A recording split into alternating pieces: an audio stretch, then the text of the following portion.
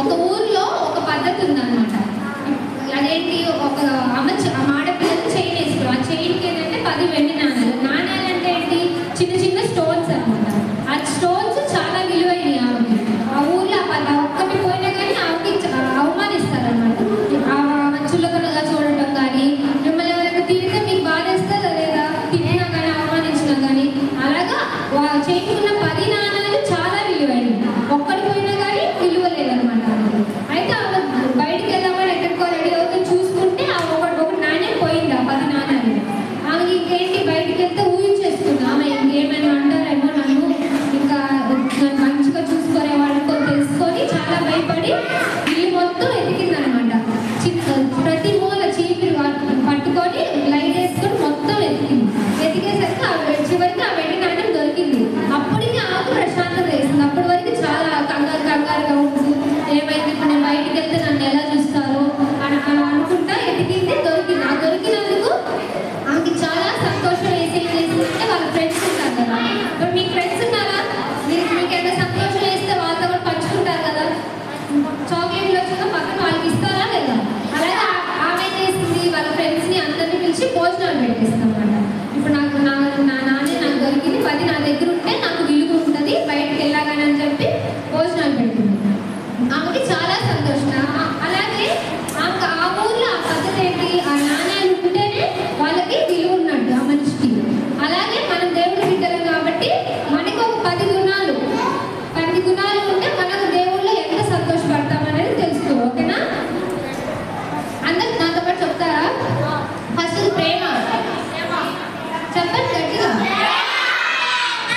సంతోషం, సమాధానం, దీర్ఘశాంతం, దయాళుత్వం, విశ్వాసం, సాత్వికం, ఆశా నిగ్రహం, మంచితనం.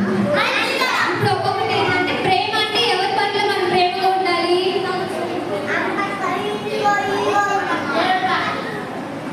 మనుషులు లోక ప్రేమలు ఎక్కడి వరకు ఉంటుంది? కొన్ని రోజులు, కొన్ని గంటల వరకు. అదే దేవుడి ప్రేమ ఏంటి? శాశ్వతమైన ప్రేమ కదా.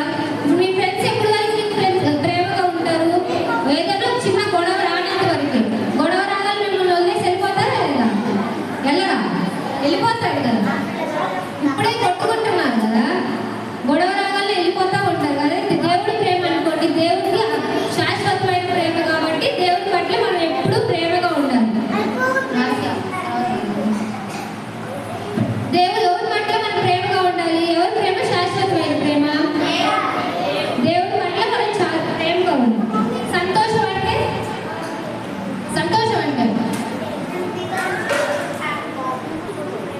అంటే మనం సంతోషంగా ఉండటమే కాకుండా నలుగురికి మనం సంతోషపరచాలి. ఎలా? ఇప్పుడే నాకు చాక్లెట్లు ఇచ్చారా? ఒక్కలే తిన్నారా? నీ దగ్గర ఇప్పుడు 2 చాక్లెట్లు ఉన్నాయనుకో, మీరే 2 తినేస్తారు, పక్కన వాళ్ళకి ఇస్తారా? మీరే 2 తినేస్తారా? పక్కన వాళ్ళకి కూడా ఇవ్వాలి. మీకు చాక్లెట్ ఇస్తే ఎంత సంతోషం వేస్తుంది, పక్కన వాళ్ళకి కూడా ఇస్తే అలా మీరు సంతోషం పంచుతున్నట్టు. అలా మీరు సంతోషాన్ని కూడా పంచాలి, ఒకరి పట్ల సంతోషం ఉండాలి. అలా సమాధానం అంటే ఈ గొడవలే, ఈ కొట్టుకోవడాలు కాదు. సమాధానం అందరితో మనం సమాధానంగా ఉండాలి. దీర్ఘశాంతం అని అంటే ఓర్చుకుంటూ ఉండాలి. ఇప్పుడు పక్కన వాళ్ళు మిమ్మల్ని రెచ్చగొడతారు. నాకు నిన్న ఒకటి తెలిసింది, నిన్న బాటిల్ ఇంత బాగా కొట్టుకున్నారంటగా. కొట్టుకోవచ్చు. మరి సమాధానంగా ఉండాలా లేదా? మీకు ఓర్పు అనేది ఉంటేనే మీ పట్ల మీరు సమాధానంగా ఉండగలరు. దయాళుత్వం అంటే ఇప్పుడు రోడ్డు మీద అడుక్కునే వాళ్ళు ఉంటారు లేదా, వాళ్ళు మీరు హెల్ప్ చేస్తారు కదా, చేయరా? చేసేవాళ్ళు ఉంటారు కదా. మీ దగ్గర రూపాయి ఉన్నా కానీ వాళ్ళకి ఇచ్చాడంట. మీ దగ్గర అంత తగ్గింపు గుణం ఉండాలి, అంత దయతో ఉండాలి మీరు ఒకరి పట్ల. అర్థమవుతుందా? విశ్వాసం అంటే ఇప్పుడు మీరు చదువుకునే వాళ్ళు స్కూల్కి వెళ్తున్నారు కదా, పనికి వెళ్ళే వాళ్ళు స్కూల్కి వెళ్తే ఇప్పుడు మీరు ఎగ్జామ్ రాస్తున్నారు, మంచి మార్క్స్ రావాలని అనుకుంటారా లేదా? అనుకుంటే సరిపోతే చదవాలా లేదా? మీరు ప్రేయర్ చేసుకుంటారు కదా, మంచి మార్క్స్ రావాలి అంటే. అది ఎప్పటి వరకు చేసుకోవాలి? మంచి మార్క్స్ వచ్చే వరకేనా? విశ్వాసంతో అంటే మనం ఒకటి అనుకున్నాం అనుకో, దేవుడిని కోరుకుంటే అది మన దేవుడి పట్ల బాగా విశ్వాసం ఉంచి మనం ప్రార్థన చేసుకోవాలన్నమాట. తర్వాత సాత్వికం అంటే ఆశానిగ్రహం. ఆశానిగ్రహం అంటే సెల్ఫ్ కంట్రోల్. అంటే మనం ఇప్పుడు పక్కన బాగా రెచ్చగొడతారు మిమ్మల్ని, ఏమన్నా ఇది చేయి అది చేయి. నేను బాటిల్ నాకు ఈ కలరే బాటిల్ కావాలి, ఆ కలరే కావాలి అన్నారంటే బాగా గొడవ పడ్డారంట. ఆడికి అది కావాలంటే నీకు కూడా అదే కావాలన్నట్టు సెల్ఫ్ కంట్రోల్. మిమ్మల్ని మీరు కోర్చుకుంటూ ఉండాలి. మిమ్మల్ని మీరు ఆపుకొని వీటన్నిటికంటే అసలైతే ఏంటంటే దేవుడు ఏమని వాగ్దానం చేశాడంటే, నేను తప్ప వేరే దేవుడు ఉండరు, లేదు కూడా అన్నాడు. ఇప్పుడు మీ ఇంట్లో దేవుడి ఫోటోలు ఉన్నాయా? అసలు దేవుడు ఎలా ఉంటాడు తెలుసా? ఏం తెలుసు? ఎవరికి తెలియదు దేవుడు ఎలా ఉంటాడు.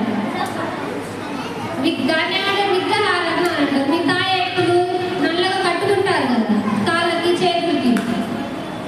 కట్టుకుంటున్నారా మీరు తాయెత్తులు? మీ అమ్మ నాన్న కట్టుకుంటున్నారా? ఇంట్లో ఫోటోలు పెట్టారా? అవన్నీ చేయకూడదు. దేవుడు